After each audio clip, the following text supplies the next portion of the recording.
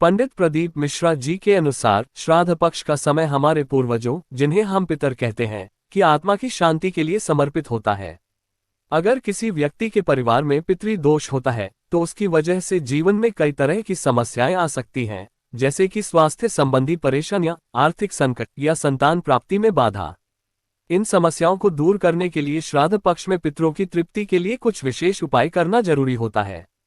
श्राद्ध पक्ष के प्रदोष काल में पितरों को प्रसन्न करने और पितृदोष से मुक्ति पाने के लिए नीचे दिए गए उपायों को विस्तार से समझते हैं। प्रदोष काल का महत्व। प्रदोष काल का समय सूर्यास्त के 48 मिनट पहले से शुरू होकर सूर्यास्त के 48 मिनट बाद तक का होता है। ये समय किसी भी धार्मिक अनुष्ठान, पूजा या उपाय के लिए बहुत ही शुभ माना जाता है। पितरों की तृप्ति के लिए भी यह समय अत्यंत महत्वपूर्ण होता है।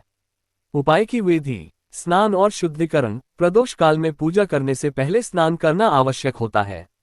आप गंगाजल या तुलसी जल डालकर भी शुद्धि कर सकते हैं। स्वच्छ वस्त्र पहने और मन को शांत रखें। इससे पूजा में ध्यान केंद्रित करना आसान हो जाता है। पितरों का स्मरण और संकल्प। पूजा स्थल पर एक आसन लगाकर बैठे और अपने पितरों का स्मरण करें। इस समय आप ये ध्यान करें कि आपके सभी पितर इस स्थान पर आकर आपकी प्रार्थना सुन रहे हैं।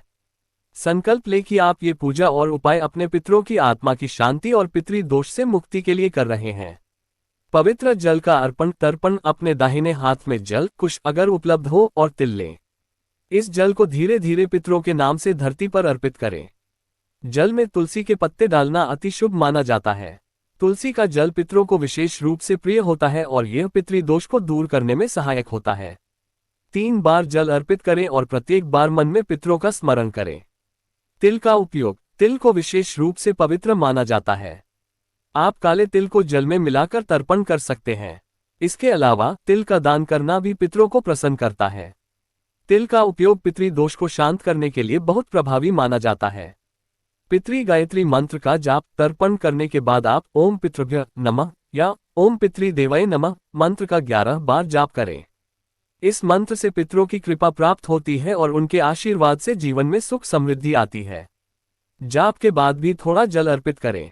आहार दान, भोजन दान। इस उपाय के अंत में जरूरतमंदों को भोजन या अन्न दान करें। पितरों की तृप्ति के लिए दान देना अत्यंत शुभ माना जाता है। इससे आपके जीवन में सकारात्मक ऊर्जा का संचार होता है और पितरों की कृपा प्राप्त होती है। भोजन के साथ कपड़े या धन का भी दान किया जा सकता है। ये दान विशेष रूप से उन लोगों को करना चाहिए जो गरीब या असहाय हों।